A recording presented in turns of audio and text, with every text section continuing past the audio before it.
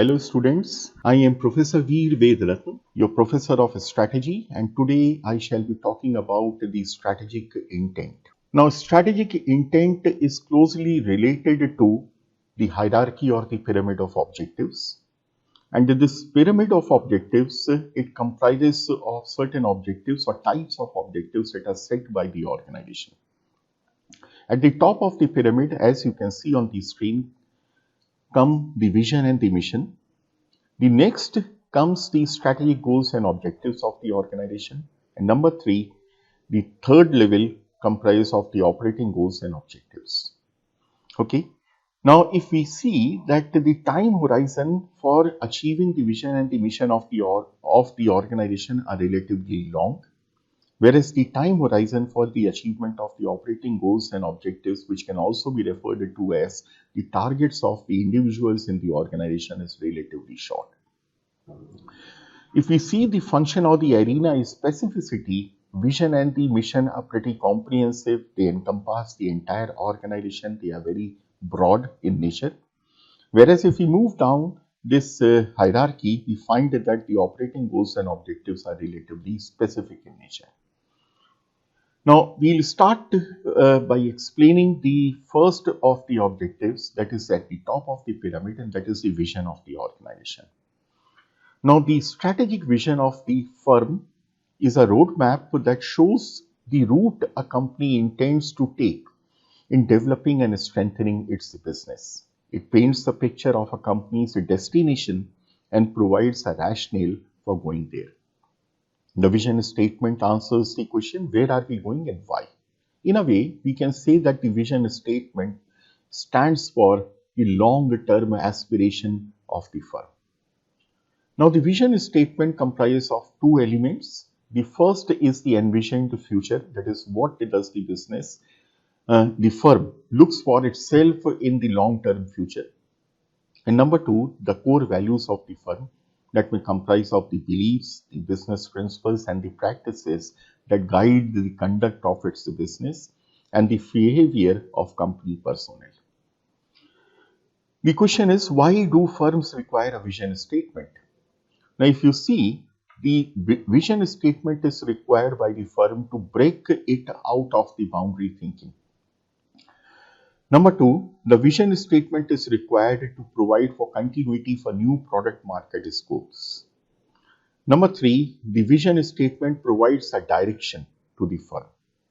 Number four, the vision statement communicates the purpose to the stakeholders, that may be comprising of the investors of the organization, that may be comprising of the suppliers of the organization, the channel intermediaries, the customers of the organization. Number five, it promotes interest and commitment of the stakeholders. Number six, it nurtures a creative environment in the organization. And number seven, it encourages and builds the confidence of the people that are working in the organization. The next level is the mission statement of the organization, and a term that is often used to define the mission statement of the organization is raison d'être, which is a French word, and it means the reason for existence. It is also, the mission statement is also known as the socio-economic purpose of the organization. It tends to establish what the organization wants to do for the customers and how it will do it. The elements of philanthropy and stakeholder orientation got added with the adoption of the social responsibility concept, which has become extremely popular in the last few years. The mission statement comprises of certain key elements, and there are three key elements that must be there into the mission statement. Number one, the needs of the customer. That is, what is being satisfied, what the needs of the customers are being satisfied. Number two, the customer groups. Who is being satisfied? What are those customer groups that are being considered by the firm, or which are going to be targeted by the firm? And number three, what kind of technologies, resources, business approaches shall be used by the firm while satisfying the needs of the target set of customers? Why do we require a mission statement? Is again to enable the management to identify the boundary between what to do and what not. crystallizes the top management's view of the firm's long-term direction. It helps the managers to keep the firm in right track. It identifies a common path of action for all different employees of the organization. It provides for a yardstick to measure performance against aspirations. Number three are the objectives, which is a collected term used uh, to denote the corporate objectives, the business objectives, the functional objectives, the goals, the targets. Now, the objectives are tangible benchmarks that to be achieved by the firm. They are quantitative in nature. They are relatively short term. They can be set for a period of 1 month to, let's say, 3 years. They are directional. They also provide direction to the organization. And there can be a multiplicity of objectives in the organization, which means that the objectives can be set for different dimensions in the organization, for different functions in the organization. Then objectives serve as the measures of performance.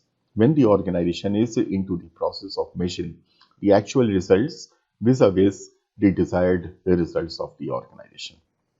The question is, why do we require objectives? Objectives represent a commitment to achieve specific performance targets.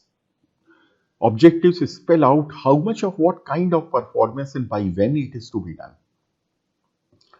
Well-stated objectives are quantifiable, measurable, and they contain a deadline for achievement. There is an acronym which is used to determine the nature of objectives. And this acronym or this criteria is known as the SMART criteria for objectives.